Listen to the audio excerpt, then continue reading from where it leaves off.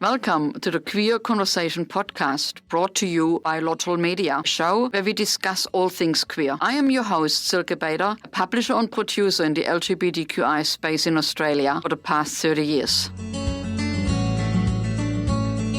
When the international service organization Rotary was founded 118 years ago, membership was reserved for adult male persons of good character and good business or professional reputation, as outlined in its constitution. Women were not officially allowed to be members of Rotary clubs until the 1980s, when the US Supreme Court ruled that Rotary could not exclude women based on gender. And of course, some people were not officially excluded, but often made to feel unwelcome in practice, including members of the LGBT+ community. This has earned Rotary a reputation of being a white, homophobic and transphobic men's club. But two current Rotary members say that well-established organizations like Rotary can become more diverse and inclusive is the right approach. We meet Grant Godino, president of the Rotary LGBT+ Fellowship, which promotes education and inclusivity globally within Rotary, and Stacey May Lacoe Duffeld, who is a board member on the Rotary LGBT+ Fellowship. She came out as a trans lesbian woman when she was a member of the Rotary Club of Ellenbrook in Western Australia, which she is still part of today. Stacey will talk about her experiences coming out in Rotary, including the positives and the challenges. Welcome to Queer Conversation. I'm really curious to find out about how Rotary, the Rotary Club, embraces diversity to start off. Yeah, sure. I'll jump in. So Rotary has done a lot of work to sort of look back at our history and our past. And we, as an organisation, know that we haven't always done that well. It took an act of the Supreme Court of the United States for us even to allow women in. So there's still a little bit of history of that in our organisation, but we're making a really concerted effort to really promote diversity, equity, and inclusion around the organisation. We've done everything from putting education modules together for our members, setting a code of conduct that has some really purposeful actions and behaviours that we expect of our members, that looks at everything from using pronouns to respecting people of different cultures.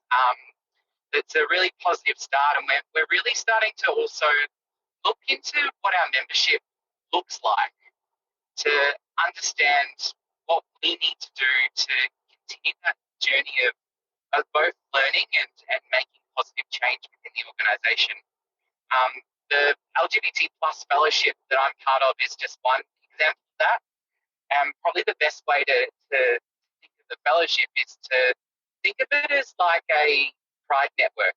We've got those in lots and lots of workplaces, and the Rotary LGBT+ fellowship is really the pride network of Rotary members. We come together and we share stories about what things are like in our clubs. We have events every year at our big Rotary International Convention. It's just a really safe space for LGBT+ people and their allies to come and be part of our organisation in a really safe space. How did the fellowship start and when? I knew you were going to ask me when, and I can't think of the date off the top of my head. We had a convention. So every year Rotary has a big convention. We have about 20,000 Rotarians that will all descend on a city together, and it was pre-COVID. I'm going to say it was probably 2015,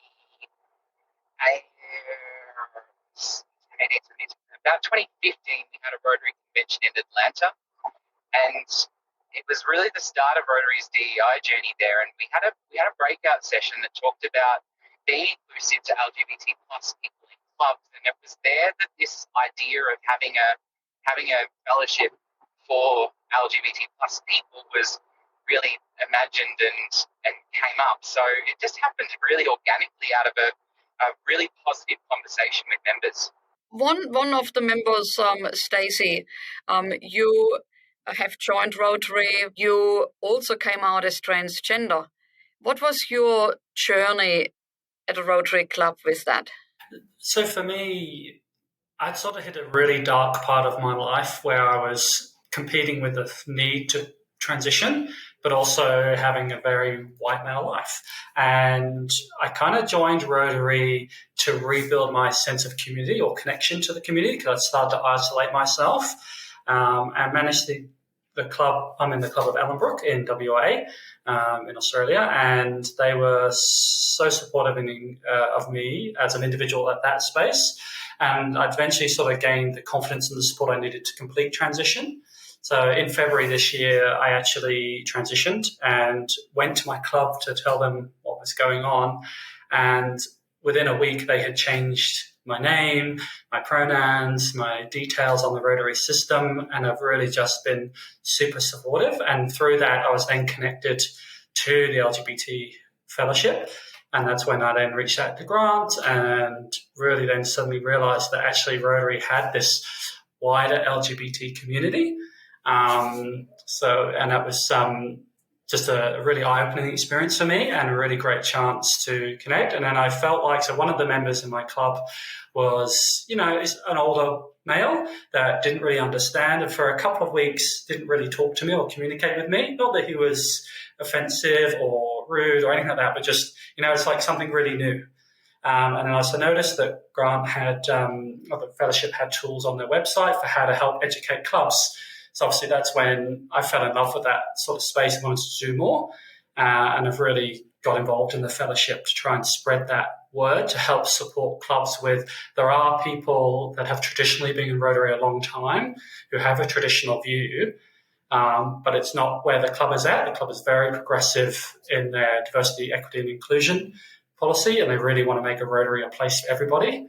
So that's where I've been really passionate about supporting Rotary. I find it incredible that you are, flying the rainbow flag in what is originally known as a conservative club, and only through people like yourself there will be change, and there will be change. I mean, you've got this network, and the next thing I'd like to talk about are the LGBT plus inclusion kit. So on our website, we actually have a toolkit that the team put together.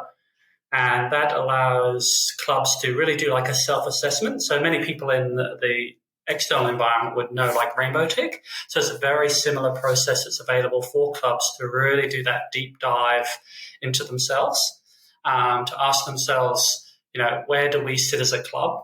Also then talking to their members about, where do our members sit? Because some members are very traditional old white males that come from a very different world and a different background. So it really encourages people to have a safe and open conversation about those beliefs. So it's like, there's no wrong question, no wrong answer. It's where do you fit and how can we bring you on the journey? So we're trying to create this compassionate space within clubs because we have got a lot of members who are 70 plus, who have lived a very different life and are not even sometimes connected to today's world, So suddenly it can be quite confronting for them also to see somebody like myself turn up at a meeting or do a presentation. So it's creating that journey.